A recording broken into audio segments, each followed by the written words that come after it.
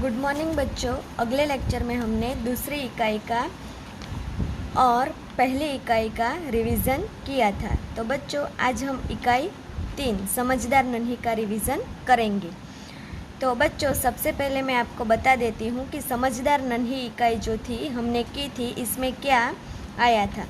तो बच्चों आपको याद होगा कि समझदार नन्ही में कौन कौन से पात्र थे। तो बिच्छू था, नन्ही बतख थी और इसकी माँ थी, और वह एक कहानी थी। इस कहानी में क्या आया था? समझदार नन्ही में हमने सीखा था कि सबका स्वभाव एक जैसा नहीं होता है। अच्छे स्वभाव वाले लोग अच्छे काम करते हैं, वे दूसरों की भलाई करते हैं। बुरे स्वभाव वाले लोग बुरे काम करते हैं, जो उनका भला करते हैं उनके साथ भी वे बुरा व्यवहार करते हैं। हम किसी भी स्थिति में किसी का बुरा नहीं करना चाहिए, यह हमने समझदार नन्ही कहानी में से सीखा था। तो बच्चों आप अपनी नोटबुक ओपन करिए और मेरे साथ रिवीजन स्टार्ट करिए। मुहावरे के अर्थ है। तो बच्चों आपको एग्ज़ाम में मुहावरे के अर्थ भी पूछे जा सकते हैं। एमसीक्यू में ऐसा भी पूछा जा सकता है कि अनसुनी करना, मुहावरे का अर्थ बताइए। और नीचे 4 ऑप्शन दिए गए होंगे, तो आपको पता होना चाहिए कि अनसुनी करना का क्या आएगा।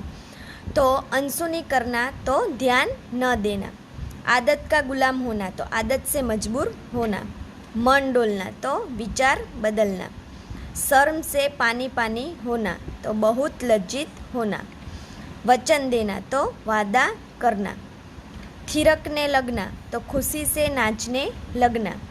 इसी तरह यहाँ बच्चों निम्नलिखित प्रश्नों के 1-2 वाक्य में उत्तर है, तो वो भी आपको एग्ज़ाम में पूछे जा सकते हैं कि नन्ही कौन थी। और नीचे 4 ऑप्शन दिए जाएंगे, इसमें लिखा होगा कि बतख, कोयल, कौवा और काबर, ऐसे कोई भी ऑप्शन दे जा सकते हैं। तो आपको पता होना चाहिए कि इसका उत्तर क्या आएगा। तो क्या आएगा? नन्ही एक बतख थी। इसी तरह यहाँ दूसरा है बिच्छू कहाँ फंस गया था। तो बिच्छू कहाँ फंस गया था? तो दलदल। उसकी जगह भी हमें कोई भी ऑप्शन दिए जा सकते हैं। तीसरा है बिच्छू को क्यों पछतावा हुआ। तो बिच्छू को पछतावा हुआ क्योंकि दोबारा जीवन दान देने वाली बतख को डंक मारने वाला था। फिर है नन्ही ने क्या निश्चय किया। तो क्या निश्चय किया था? तो मुसीबत में पड़े को हमेशा वह बचाती रहेगी। यहाँ दूसरा भी एक प्रश्न दिया गया है कि शैतानी किसको सूझी। तो किसको सूझी थी? शैतानी बिच्छू को सूझी। किसकी बात अनसुनी कर दी बिच्छू ने। तो किसकी की थी? नन्ही की बात अनसुनी कर दी थी बिच्छू ने। फिर है नन्ही ने बिच्छू को क्यों बचाया। तो क्यों बचाया था? नन्ही को बिच्छू पर दया आ गई थी। नन्ही पीड़ा से तड़प उठी। क्यों तड़प उठी थी? तो क्योंकि उसे डंक मार दिया गया था। नन्ही को माँ के पास पहुँचने में देर हो गई। क्यों हो गई थी देर? तो वह बिच्छू को बचाने में लग गई थी, इसीलिए उसे देर हो गई थी। बिच्छू शर्म से पानी पानी हो गया था। क्यों हो गया था? तो बिच्छू को दूसरी बार बचाने वाली नन्ही को वह डंक मारने जा रहा था। रिक्त स्थान में भी आपको पूछे जा सकते हैं सही विकल्प। तो नन्ही ने बिच्छू की खाली जगह पुकार सुन ली। तो कैसी पुकार सुन ली थी? करुण। बिच्छू खाली जगह में फंस गया था। तो कहाँ फंस गया था? दलदल। डंक मारना खाली जगह का स्वभाव है। तो किसका स्वभाव है? बिच्छू।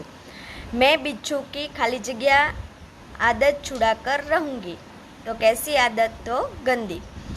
अब मैं किसी खाली जगह जीव को डंक नहीं मारूंगी। तो कैसे? निर्दोष। करुण पुकार खाली जगह ने सुन ली। किसने सुन ली थी? नन्ही ने। खाली जगह बिच्छू का स्वभाव है, तो डंक मारना। फिर सही विकल्प दिए जा सकते हैं, तो इसमें किस टाइप के आते हैं? नन्ही ने बिच्छू को खाली जगह में फंसा देखा। वह हमने प्रश्न में भी देखा था और मैंने बताया था कि ऐसा प्रश्न पूछा जा सकता है।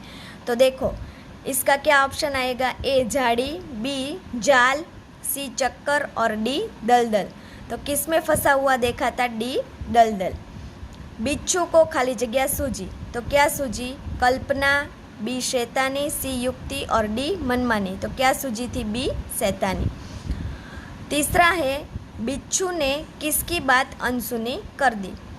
तो ए माँ की, बी पिता की, सी मित्र की और डी नन्ही की। तो किसकी बात अनसुनी की थी? बिच्छू ने नन्ही की बात अनसुनी कर दी थी। बिच्छू दूसरी बार कहाँ गिरा? तो कहाँ गिरा? ए पानी में, पानी की धारा में, बी कुएं में, सी तालाब में और डी गड्ढे में। तो कहाँ गिर गया था? पानी की धारा में। फिर यहाँ दिया गया है नन्ही बिच्छू का खाली जगह समझ गई। ए सवाल, बी बहाना, सी इरादा और डी वादा। तो क्या समझ गई थी? नन्ही बिच्छू का इरादा। फिर बच्चों हमने व्याकरण विभाग में किया था समानार्थी शब्द। तो यहाँ देखते हैं कि समानार्थी शब्द खोजकर वाक्य में प्रयोग कीजिए, लेकिन हमें यहाँ सिर्फ समानार्थी शब्द ही देखने हैं। पहला है नदी, तो इसका क्या आएगा? सरिता। दूसरा है स्थान, तो इसका क्या आएगा? जगह। स्वभाव, तो क्या? प्रकृति। मुसीबत, तो संकट। प्रसन्न, तो खुश। थिरकना, तो नाचना। फिर देखा था निम्नलिखित शब्दकोश के क्रम में लिखिए। तो बच्चों इस टाइप से भी आपके प्रश्न पूछे जा सकते हैं। इसमें आएगा कि बिच्छू, नदी और शैतानी, इसके बाद जो दो दिए गए हैं डंक और मुसीबत, तो इसको आपको क्रम में लिखने होंगे। तो यहाँ सही जवाब में है डंक, नदी, बिच्छू, मुसीबत और शैतानी। वो उलट सुलट कर दिए जा सकते हैं और आपको सही तरीके से इसको सही क्रम में ऑप्शन में से ढूंढकर क्लिक करना होगा।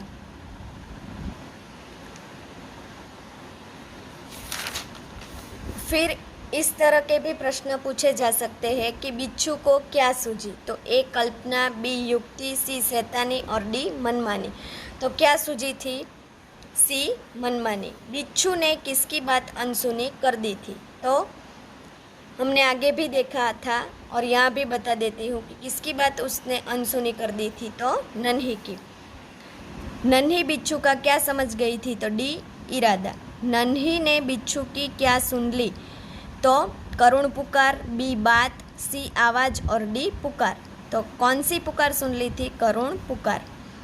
डंक मारना बिच्छू का क्या था? ए आदत, बी स्वभाव, सी वादा और डी इरादा। तो डंक मारना बिच्छू का क्या था? स्वभाव। हम